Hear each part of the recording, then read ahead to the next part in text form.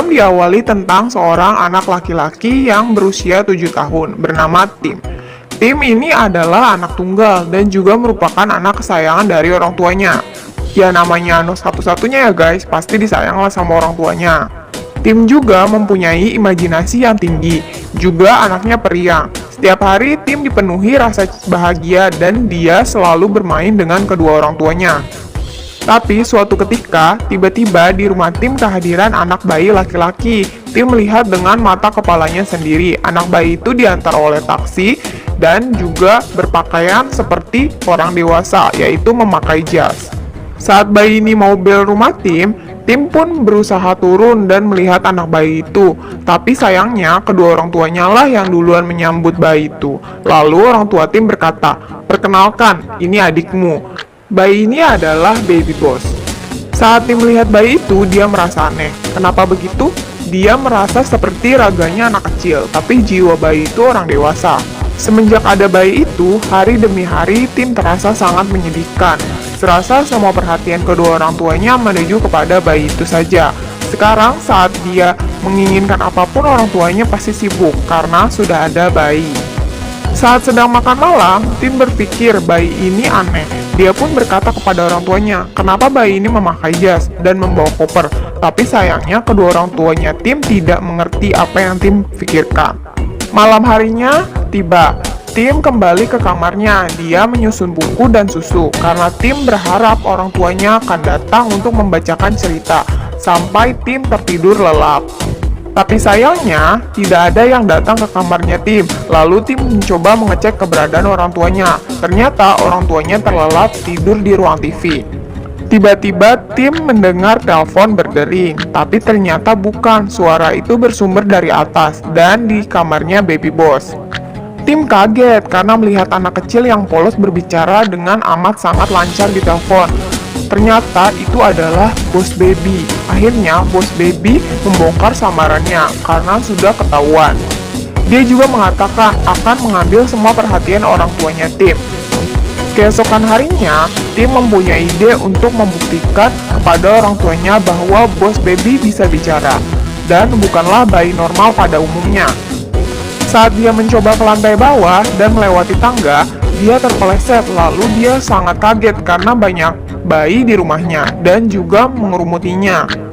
Kemudian orang tua Tim datang dan memotonya, lalu menjelaskan bahwa mereka sedang bermain. Boss Baby memberitahu Tim bahwa mereka sedang mengadakan rapat. Isi rapatnya adalah bayi kini mengalami krisis. Manusia lebih memilih merawat anjing daripada memiliki bayi. Bayi kurang memiliki kasih sayang dan perhatian.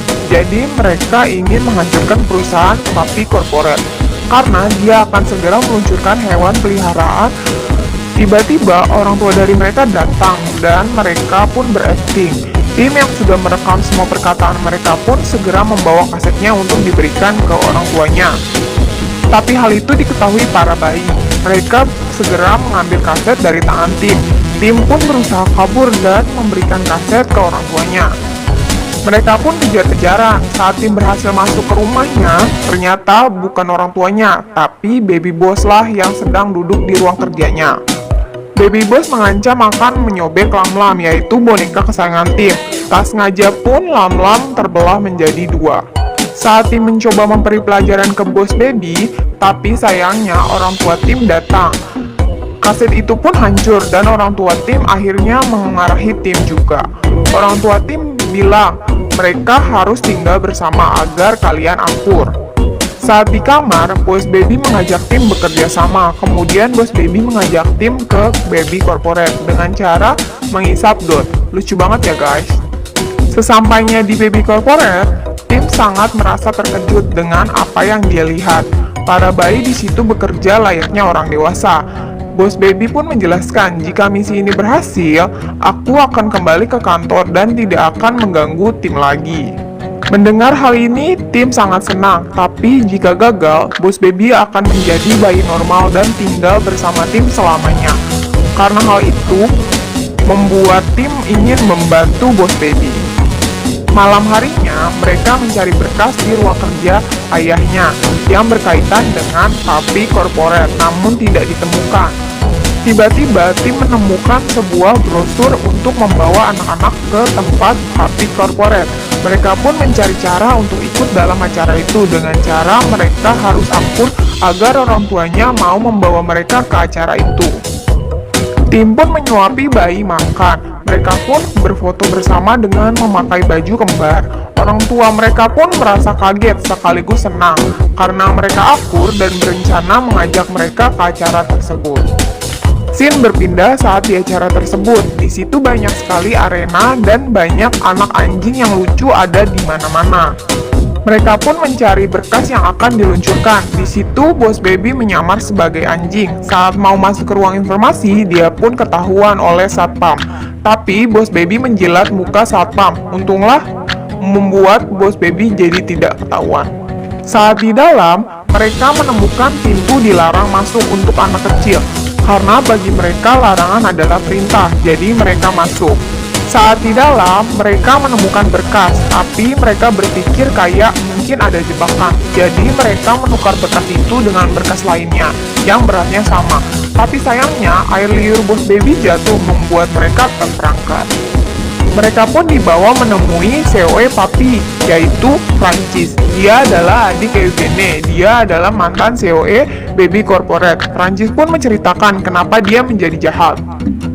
Dahulu, Francis adalah eksekutif di Baby Corporate. Tapi, tahun demi tahun berlalu, Francis bertambah dewasa. Formulanya tidak beraksi padanya. Karena ternyata Francis memiliki alergi terhadap formula itu. Kemudian, Francis dipecat dan dikeluarkan dari Baby Corporate, lalu dikirimkannya ke keluarga di pedesaan. Mulai dari situlah Francis dendam dan marah. Dia pun berjanji akan membalaskan dendamnya ke Baby Corporate. Francis akan membuat Baby Corporate karena katanya anak anjing akan tetap jadi anak anjing selamanya, tetapi jika manusia akan menua dan meninggal. Maka dari itulah dia berniat untuk menggantikan hewan peliharaan dengan Baby. Dengan itulah yang akan membuat hancur Baby Corporate. Francis berencana untuk membawa orang tua tim pergi ke Las Vegas, sementara tim dan Boss Baby akan dijaga oleh pengasuh. Ini dia pengasuhnya guys, bernama Eugene, yaitu adik dari Francis.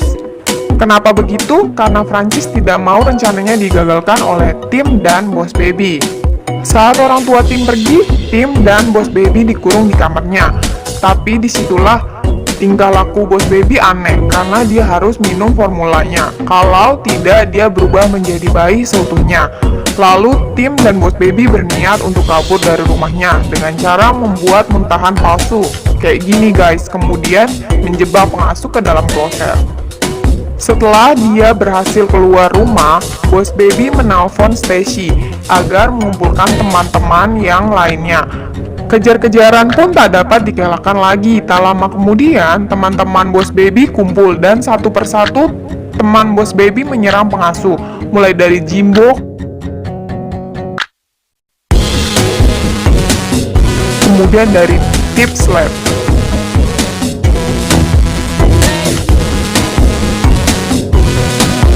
Tapi sayangnya, semua serangan teman-teman Boss Baby bisa dikalahkan. Lalu kejar-kejaran antara pengasuh dan Boss Baby tim pun diteruskan. Karena tim super duper imajinasi, jadi mereka membayangkan sedang di tengah laut dan dikejar oleh paus raksasa. Saat tim melihat mobil orang tuanya, tapi sayangnya ada kereta yang melintas. Dengan gagahnya dia melompatinya dan mendarat dengan sukses, tapi tidak dengan pengasuh itu. Dia malah nyungsep ke dalam gundukan pasir.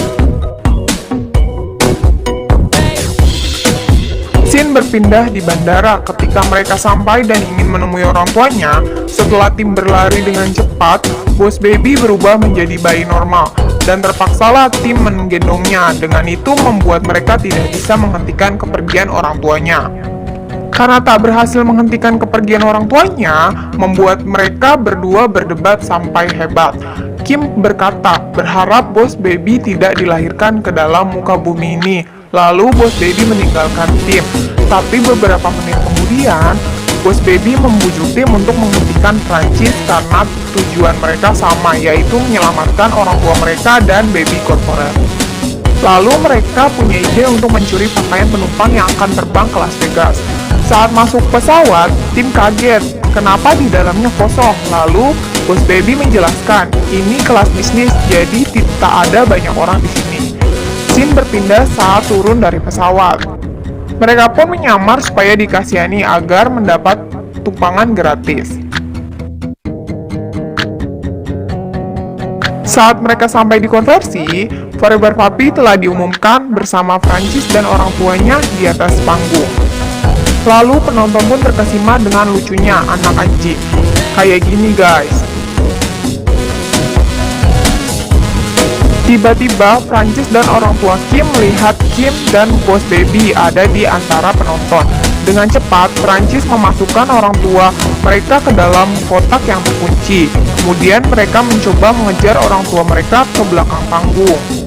Tiba-tiba dihadang oleh Francis. Kenapa begitu? Karena Francis mau meluncurkan Forever Puppy ke seluruh dunia. Untunglah tak sengaja Francis tercebur ke dalam kolam. Kemudian, Tim dan Bos Baby menemukan kotak besar yang terkunci. Mereka mencari cara untuk membuka kotak tersebut. Lalu, akhirnya Bos Baby dapat membukanya dengan anak anjing pun keluar dengan membawa kotak itu keluar. Sayangnya, Bos Baby ketinggalan, membuat Tim menemui Bos Baby lagi. Bos Baby pun berubah menjadi bayi normal dan tidak mau melompat. Di detik-detik akhir pun, dia mau melompat juga. Tiba-tiba, Francis muncul dari dalam kolam susu yang membuat dia jadi bayi kembali. Pengasuh itu memberikan dot dan membawa Francis pergi. Setelah itu, Tim dan Bos Baby menemui orang tuanya. Setelah semua yang telah terjadi, mereka pun berpelukan satu sama lain.